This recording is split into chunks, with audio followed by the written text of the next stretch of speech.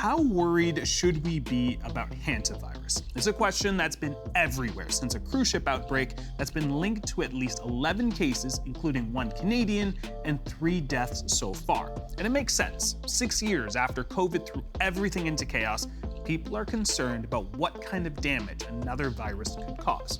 So, what do we know about hantavirus? Well, it's been around for centuries, but the first documented outbreak happened in the 1950s during the Korean War. 20 years later, scientists linked it to wild rodents. And it turns out, though, that one type, the Andes strain, can also spread person to person, and that's what caused the cruise ship outbreak. Does this change the risk profile? Well, we break down what the science says and separate myth from fact on hantavirus and on other global public health threats like Ebola, and the threats you're more likely to face in your own backyard. Then, the natural world has its share of threats, but it's also full of mystery and wonder. We talked to an author and farmer who decided to investigate what animals might be trying to tell us. This is The Rundown.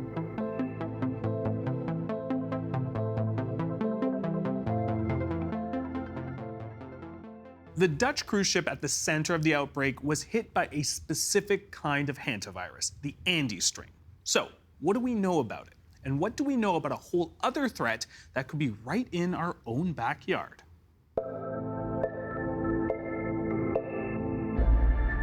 Dr. Fahad Razak is an internist and epidemiologist at St. Michael's Hospital, an associate professor and Canada Research Chair at the University of Toronto. And he joins us in studio. Great to have you here, Doctor. How are you doing? Great to be with you. All right, hantavirus is pretty new for a lot of us, but it comes with a mix of fear and misinformation. So I'm hoping that you can help cut through the noise, walk us through what's true or what's false. What do you think? Absolutely. All right, true or false? You can catch hantavirus from insects like mosquitoes, ticks, or fleas. So that is false. Most hantavirus is spread through rodent waste. So, for example, let's say you had a shed in rural British Columbia. The waste that's in there, you're cleaning it, it gets into the air, that's how you get it. The thing that's slightly new about the new version of hantavirus, the Andes virus, is there are some cases now where it can go from human to human. Okay. True or false? Hantavirus is a respiratory illness with early symptoms similar to the flu. That's true. In the majority of cases, the first symptoms are flu-like symptoms. It's things like fever, chills, fatigue, headache. Then it progresses to a very severe respiratory illness for most people. There is also a version that gives you more severe kidney disease. All right. True or false? Hantavirus spreads easily from person-to-person contact. So that's false. Up till the Andes virus, in fact, hantavirus does not spread from person to person, only from a mouse, a rodent, for example, to humans. The Andes virus version can spread to humans and from human to human, but it's in this unusual circumstance of intense, prolonged personal contact, like a cruise ship. So we would classify as zoonotic. Zoonotic, correct. Zoonotic. Yeah. All right. Yeah. True or false? Hantavirus has the potential to become the next COVID. Yeah, thankfully false. Everything we know about hantavirus and the Andes strain suggests that it does not have pandemic potential. It doesn't spread easily through the air. Importantly, people who are minimally symptomatic can't spread it forward. So one of the big challenges with COVID was that people didn't really have symptoms, but they were already spreading it to others, so you could have a lot of spread. We also don't have a virus that rapidly mutates like COVID. It's very stable, so it doesn't develop those new variants that we struggled with. All right. True or false? Hantavirus can be diagnosed by a blood test. That is true. The blood test principally works on 2 different ways. The first is it looks for the genetic material of the virus, or it looks for your antibodies responding to the virus. Question on that. Are these blood tests pretty easy to get? They're not something that you would get in a family medicine office, for example, but we have a coordinated way through our public health units and through the central lab in Winnipeg, where we have an ability nationally to rapidly get an answer to whether someone is positive or negative. You saw that in British Columbia over the last week. All right, and that would be something that you would have to, not just something that you get at your pharmacist or GP. Correct. This is not a pharmacist GP test. This is a hospital specialized test. That's right. True or false? Hantavirus has a 20% to 40% mortality rate.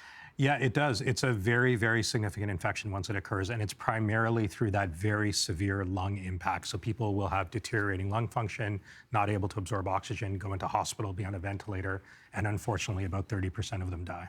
Can you compare that to, say, COVID? I think a lot of people, when we heard about hantavirus, that's where our Yeah. brains went. How does that compare to COVID? So dramatically different. So in COVID, it would be under 1% for the general population. So this is a very, very different disease. COVID spreads very easily. The impact for COVID was that societal, many people getting infected. So even 1%, let's say, is a big number. Here, it's very rarely spread, but when you do get infected, it's very severe. True or false? There is nothing you can do to stop the spread of hantavirus. In fact, there's a lot that can be done. So remember, again, hantavirus has been around for decades. We know that it's a rodent spread disease, and things that you can do include preventing rodent exposure. So for example, many Canadians live in rural settings. If you have rodents in your shed or in your garage, there's a lot of strategies you could do. You could plug all the holes, you can get an eradication service, you close water and food so they don't have a food source. And then if you're cleaning up the droppings, for example, you can wear a good mask like a respirator N95. And also you try and prevent it from getting into the air. So you wet it down first and clean it before you, let's say, vacuum it. All right, doctor, thank you for helping make sense of all of that. Now, with the warmer weather finally here, everyone is getting outdoors a lot more. So let's clear up some true or false things people hear about ticks. Now, I should mention that I should lift my socks over my pants because I feel like anytime we talk about ticks, I get a little bit itchy. Yeah. True or false? Ticks jump or fall from trees? False. So ticks do not fly. They, in fact, crawl onto leaves or long grasses, and they spread through that direct contact. Let's say you're walking by the brush, the grass hits your exposed calf, and then the tick gets onto your leg.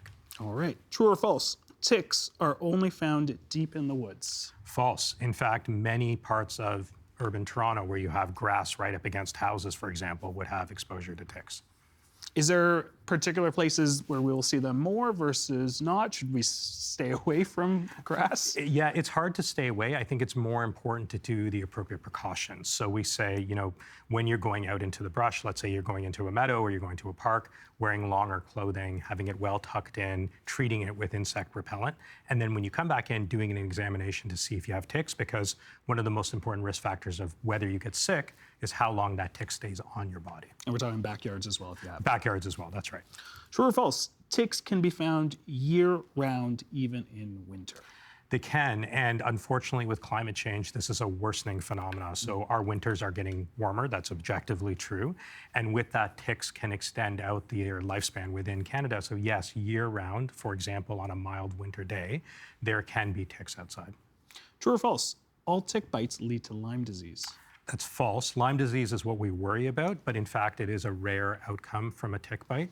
The majority of tick bites don't cause Lyme disease, but because it is a significant disease, you always want to be cautious. Are there any other diseases that we should be worried about when it comes to ticks? Yeah, in fact, there's many diseases. We talk about this with our medical students in hospital. I won't list all the Latin names for you, but Lyme disease is one specific disease we worry about in a broader family of diseases that are tick-borne. True or false? You will always get a bullseye rash if you are infected with Lyme disease. That's false, but it is the most common way that Lyme disease does start. So about 80% of people who will develop Lyme disease get that first red rash, circular rash around the area where the bite occurs. But unfortunately, not all people present that way. And so this is where if you've had a bite, be cautious and look out for those symptoms like a flu-like illness immediately afterwards, and then progressive other symptoms as time goes by. True or false? There are over 40 tick species in Ontario. There are, but not all of them spread Lyme disease, but ticks are a very common insect, that's right. True or false? If you get bitten by a tick, it is best to leave it as is. Definite false. So in fact, we know that getting that tick off your body sooner helps reduce the risk that you will develop illness like Lyme. So this is why we say immediately after coming in from outdoors, this is when you do that tick inspection. If you see a tick, then removing it with a pair of tweezers, pulling it straight out, cleaning the area with alcohol, and then checking to see if you get an infection afterwards. So it should initially hurt a little bit, but then afterwards the skin should clear up. If it then turns red or something else, that's when you should seek medical attention. All right, I want to mention my father-in-law. He has been now, I think he has shown us photos of 6 ticks that have been crawling through his body since the weather has been warming up. And he has talked about antibiotics. Yes. Is that a solution? What can people do? Is that the first place that they should go if they see a tick, even just crawling on them, whether or not we know it's bitten them or not? Yeah, no, so definitely we don't give antibiotics routinely for a tick bite. And getting antibiotics just because you've seen a tick on your body is not the right approach. Removing that tick, the strategies to prevent further ticks, long clothing, insect treatment, tick inspections. And then if you do get a tick bite and you're worried about it potentially being infected or something else, that's when you should seek medical attention. And there, a doctor can help you determine, are you someone who would benefit from further treatment? Should we be keeping that tick with us to take to a medical professional? That's right. You can keep it with you, bring it along, show them. That can always be helpful. All right, doctor, thanks for walking us through that. Really helpful as we head into the warmer months. Now, as we talk about warmer months and what's happening in the headlines right now, I do want to talk, there are some worrying reports of an Ebola outbreak in the Democratic Republic of Congo. How worried are you right now? Is this as bad as it was, say, in 2014, when we're talking pretty large numbers of people who died? Yeah, look, this is a very worrying outbreak. It has the hallmarks of what could look like a catastrophic outbreak. So, as you said, in 2014, 30,000 people infected, over 10,000 deaths. This infection, this outbreak looks worrying because it's probably been spreading for a lot longer than we realized. It's in an extraordinarily poor area with very little surveillance, but a lot of crowding. Migrant workers who are going into the mines and agriculture who are moving between communities. And so far, the number of tests we're doing are coming back at a higher rate of positive than we would expect, suggesting that there's a lot of infection spreading in the community that we're not detecting. It's a very significant illness, and when it hits an area like this, I should add the other factor is there's a civil war actively in this region. So getting healthcare workers in is very challenging. When you have all of these things coming together, that is unfortunately the critical risk factors for an explosive infection and an outbreak. And the reason why the World Health Organization called it an emergency so quickly is they are seeing significant worry. Is there a chance that that we should be worried here? We should be surveilling for people coming in who potentially could be exposed, but the conditions that are required for Ebola to spread between people don't really exist in Canada. So this is not a risk for us here in Canada. It's something we should keep an eye on, but it is potentially something that could kill, thousands to tens of thousands of people if not controlled. As you mentioned, monitoring people who are coming in. Yeah. As you know, it's a big summer here in the city, in this province. In about a month, we're hosting the FIFA World Cup. What precautions should people be taking to maximize, or minimize rather, the spread of potentially infectious diseases? Yeah, look, I think all of us are delighted that we're going to be hosting this really important event for the world, but we know historically that any mass human gathering, the Hajj, festivals in India, sporting events, these can be places where infectious disease outbreaks occur. And so definitely there has to be caution as you host something like this. Actually, this has been looked at very carefully by public health units, including here in Toronto, the Ontario government, and federally. And right now, the virus or disease they worry about the most is measles. Why? Because we know that Canadian rates of vaccination are lower than they historically have been. We saw that sustained transmission of measles over the last couple of years in Canada. You're not going to have thousands or tens of thousands of people come in. They potentially could introduce new cases of measles, and we have a large number of people who are susceptible. Most important thing you can do, get your vaccines up to date. So we historically have been a very traveled place here in Canada. We have a lot of visitors. We haven't had measles outbreaks. It's because the population was vaccinated. We have a low vaccination rate. So don't look out on the world and say, oh, it could come in from there. Say, what can I do to protect myself?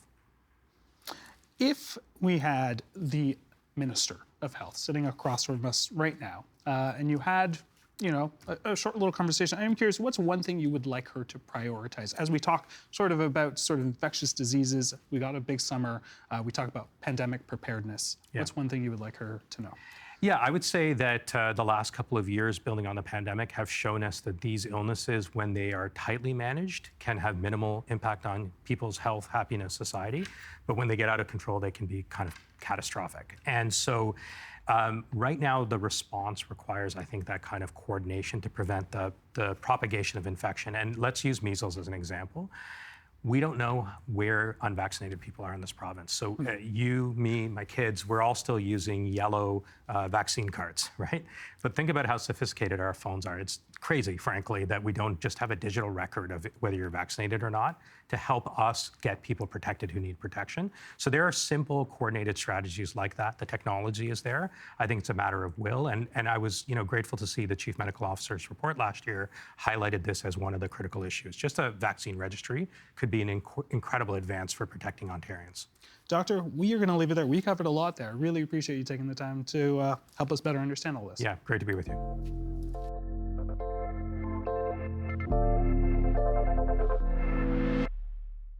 Animals communicate with each other in all kinds of ways, but they also communicate with us. So what are they saying, and could we learn to listen better? Naturalist and journalist Amelia Thomas is the author of What Sheep Think About the Weather, How to Listen to What Animals Are Trying to Say. She joins us in our studios. How are you doing? I'm good, thank you. How about you? I'm doing well. Great to have you in our studios.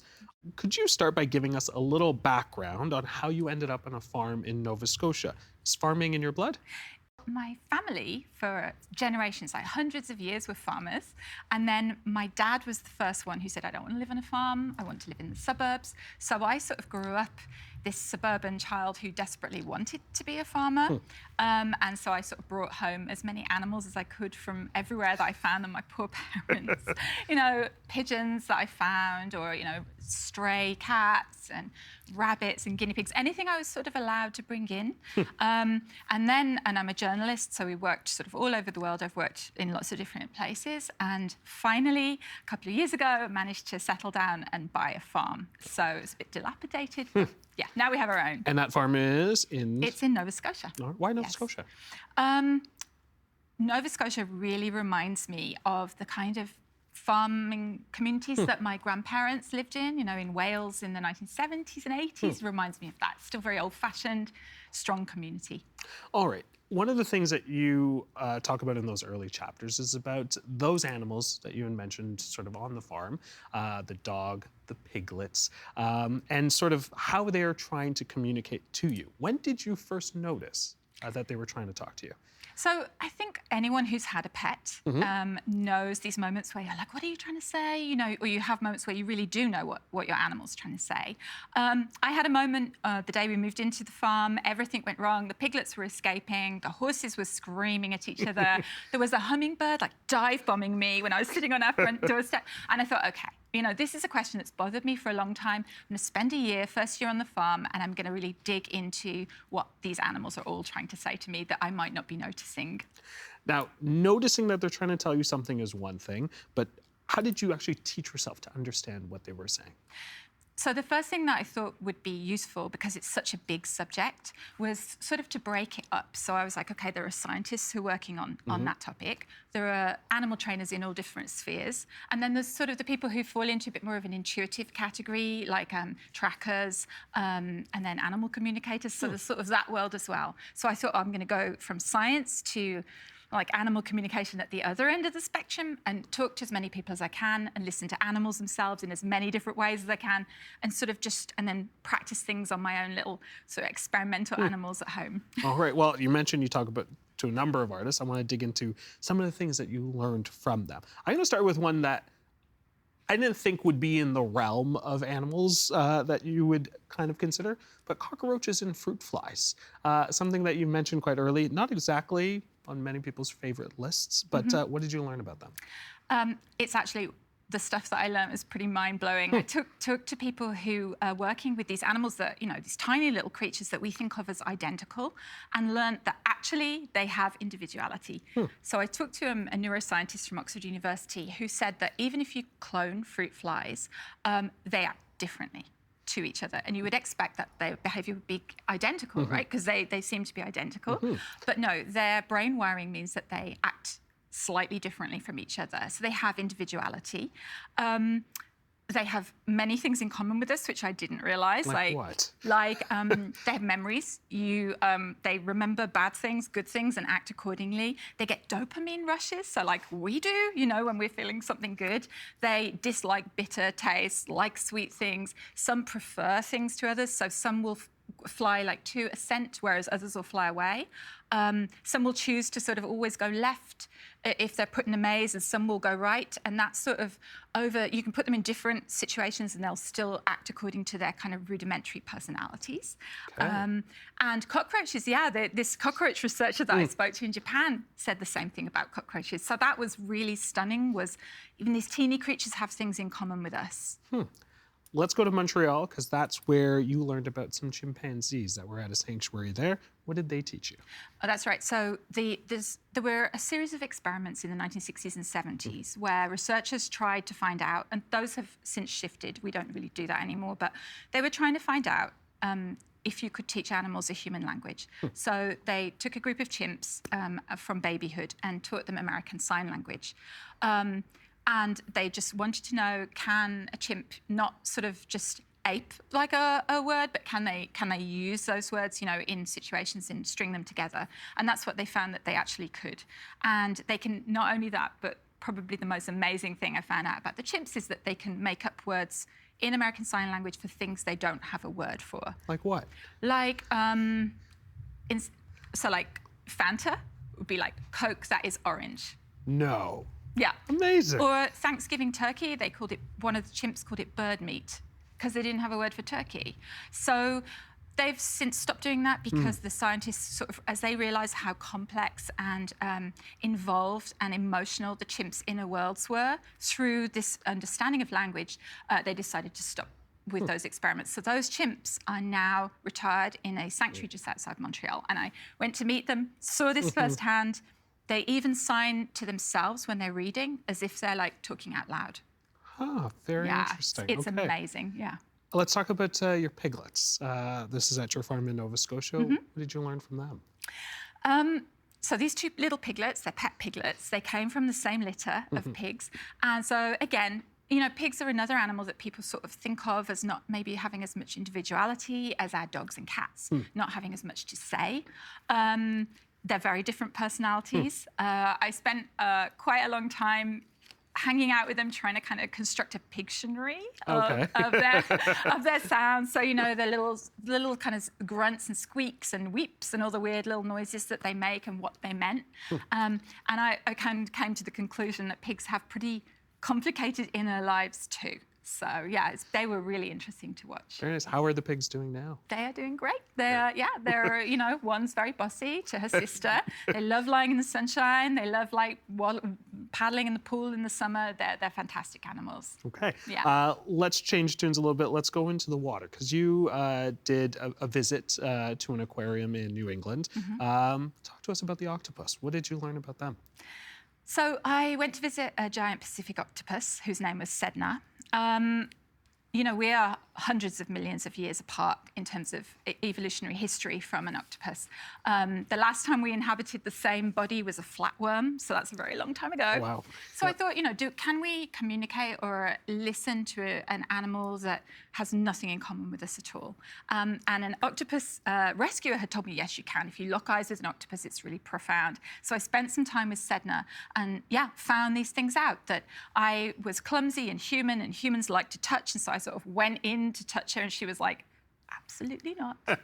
So it was really interesting that you can have this bond and this feeling of like deep communication without words, without any, we don't, you know, share the same limbs, we don't look the same, we don't experience the world the same, and yet you can experience the world together in a moment. Quite beautiful. Let's talk about animal communicators that you had mentioned. What exactly do animal communicators do? So animal communicators, it's an interesting subject, a really big subject, and I knew nothing about it except for this idea of psychics. Right. I imagine you're quite skeptical of them as well. Yes, I was. What I found out is that, well, one of the animal communicators explained to me that, you know how, like, if you enter a room or somebody comes in, let's say someone comes in from work, and before you've spoken to them, you kind of just have a feeling of how their day was. Yeah, whether they're in a good mood, bad mood. And we sometimes have that with our pets too, I think. We can tell without them doing anything that they need to go out or they're hungry. So they said it's like honing in on that, like really like working on that kind of sensory perception.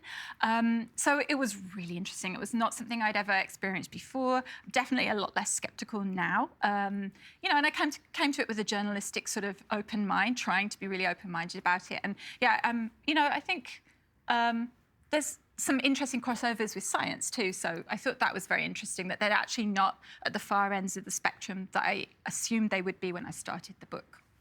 Talk to us about why it's important for us to listen to animals and what we lose when we don't. And there was this line in your book that you say, you know, animals are biology, but they also have biography. And I think that will stick with me in terms of, you know, looking at individual animals as an individual. But what do we lose and what do we gain? Yeah, so the naturalist Jonathan Balcom said that, that you know, they don't just have biology, they also have biographies. Well, we tend to often commodify animals in today's society. With factory farming, we often don't really have a relationship to many animals except for our pets in our house. So if you listen better to the natural world, there's a soundscape ecologist called Bernie Krause who says you can hear extinction better often than you can see it. So listening to the natural world can give us clues as to the health of an environment, ecosystem. Obviously, there are also at home, there are benefits for our pets and for us in listening. Our health goes up. If we have good relationships with our pets, they also benefit too.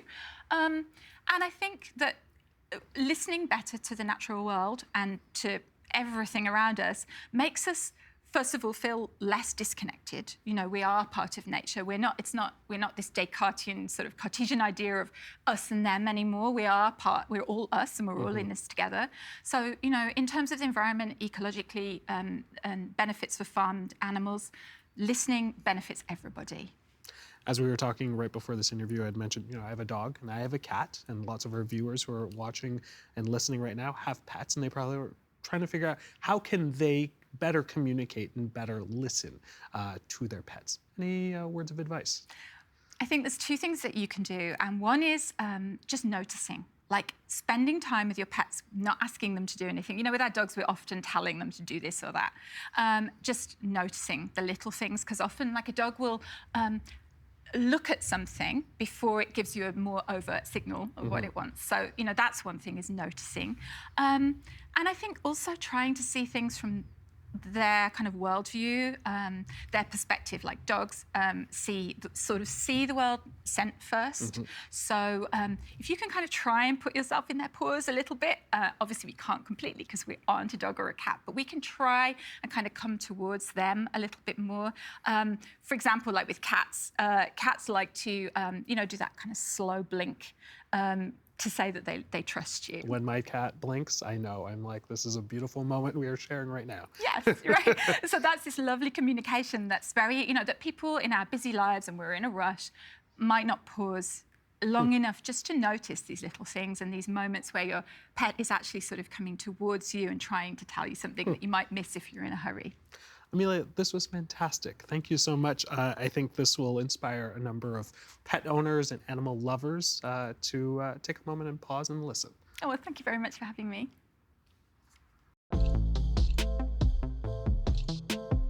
I'm Jan. Thanks for watching The Rundown. Do you have pets with strong opinions? How do they let you know? Well, let us know. Send us an email at rundown@tvo.org, or you can always drop us a comment on our YouTube page. Until then, I will see you tomorrow. Coming up on The Rundown. Your work has, and I'll just go direct with this, it has changed my experience when I walk through a forest. If you and I are going through a walk right now, where do we start? Where should we look? Well, I think just be quiet with yourself and open yourself up to all of the dimensions that the forest is interacting with you. That includes the sounds, the wind, the smells, the crunch of the forest floor under your feet, the chattering of the squirrels, the river that might be flowing by, your own heartbeat, and you become one with the forest. That's coming up on The Rundown.